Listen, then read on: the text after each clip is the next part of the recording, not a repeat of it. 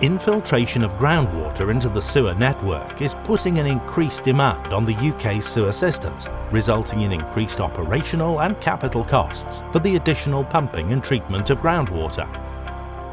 In 2013, 2 villages in Gloucestershire, Slimbridge and Cambridge, were identified by Severn Trent Water as suffering from significant infiltration and are located in a wetlands by the River Severn.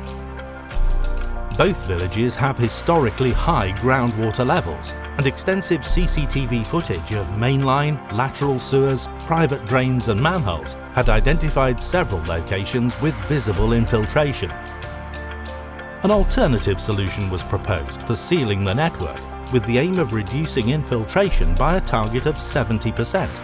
The solution would involve utilising a combination of traditional sewer rehabilitation methods and an innovative technique of flood grouting. Flood grouting had been introduced to the UK in the early 90s by Sanipur, but over time the technique was replaced by alternative methods, using leak-tight sewer liners as material technology developed.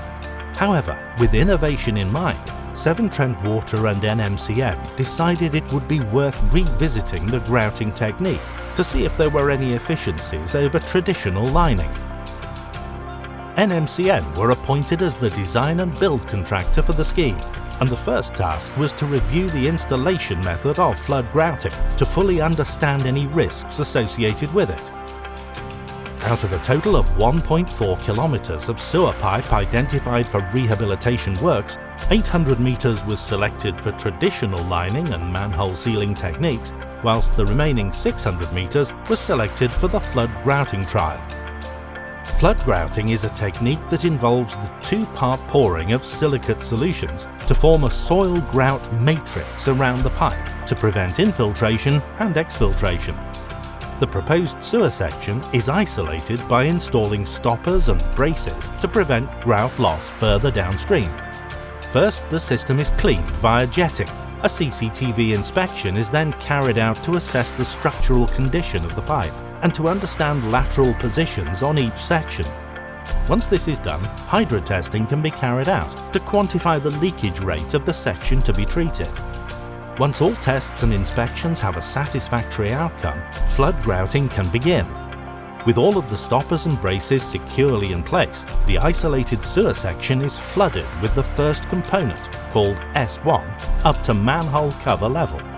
The hydrostatic pressure ensures the liquid is injected through any cracks or gaps in the sewer and manholes and saturates the surrounding subsoil. Due to the higher density and viscosity of S1, it can be applied against groundwater pressure, forcing its way past any infiltration. S1 is then pumped out of the sewer, leaving the surrounding subsoil saturated. The section is then flushed and subsequently flooded with the S2 component. When mixed, the S1 and S2 react with the soil particles to form the soil grout matrix. The end product is a sandstone-like mix of the 2 components, which achieve up to 99% water tightness to satisfy EN 1066. Upon completion, each section is tested for water tightness by repeating the hydrostatic test carried out prior to the work commencing. This gives back-to-back results, demonstrating the effectiveness of the operation. To further demonstrate the effectiveness of the overall project, pumping station monitoring equipment in the catchment will allow the pumping rates to be compared pre- and post-project.